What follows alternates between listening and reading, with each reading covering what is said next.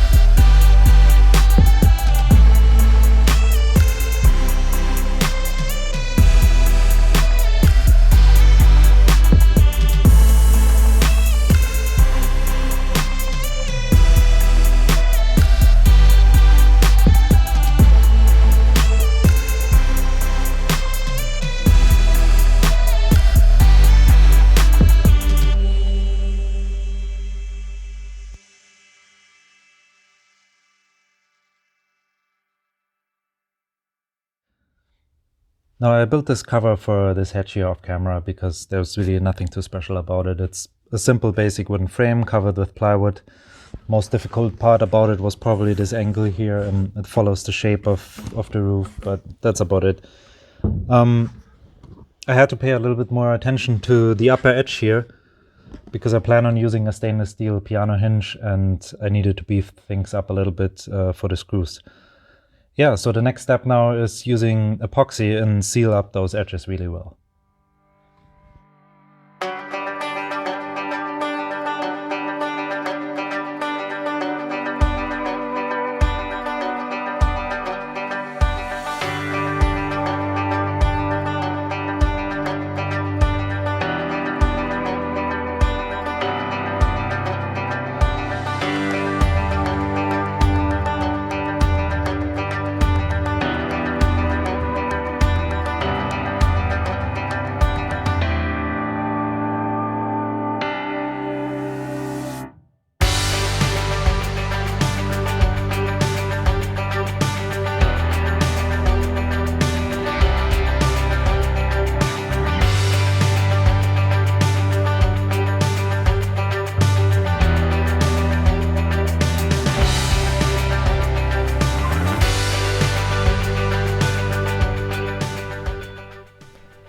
Now it was impossible to adjust the camera angle with sticky gloves, so this will have to do. I'm working here on the opening for the vent. Since the roof is arch-shaped, I had to level out the opening with some plywood strips, and they had to be glued and sealed with epoxy as well.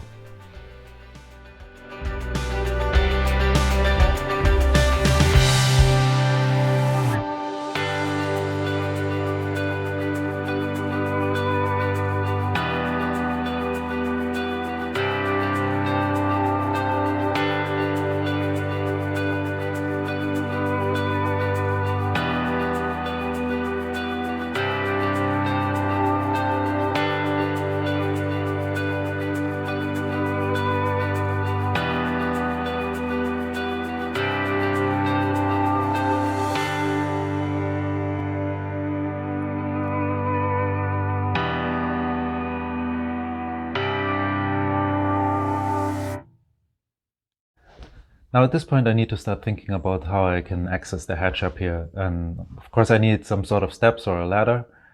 The most obvious choice of attachment point would be in this case this wall.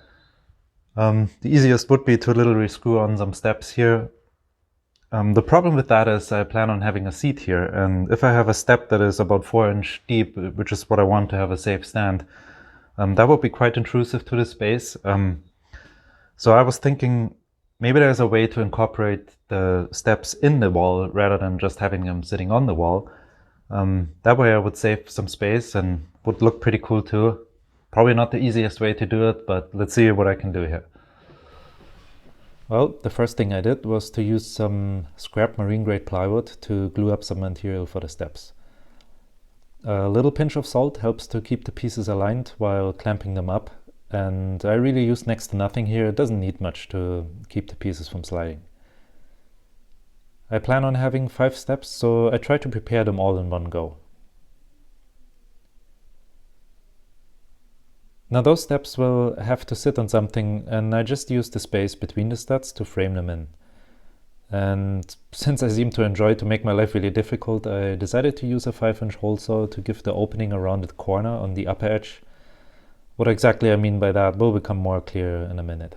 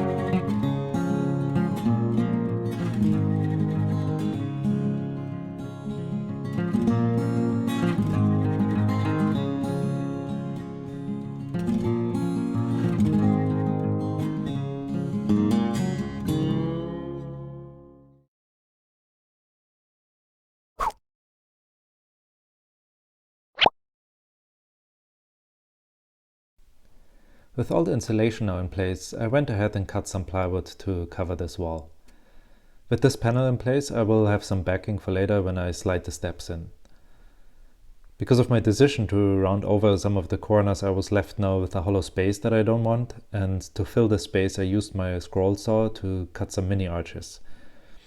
Since the framing for the wall is just over 2 inches thick, which is way too much for the scroll saw, I had to glue up 2 pieces, and then I finished them up with the belt sander. Now the steps needed to be rounded over too, more for functional reasons rather than aesthetics. Like I said, there's going to be a seat close by, and I don't feel like bumping into sharp corners. This is where marine grade plywood really shines. You not only pay extra for better waterproof glue between the layers, but the veneers themselves are flawless and without any ugly voids. To attach the steps I rely entirely on epoxy, and I don't even bother with screws. The glue surface is big enough to create an extremely strong bond.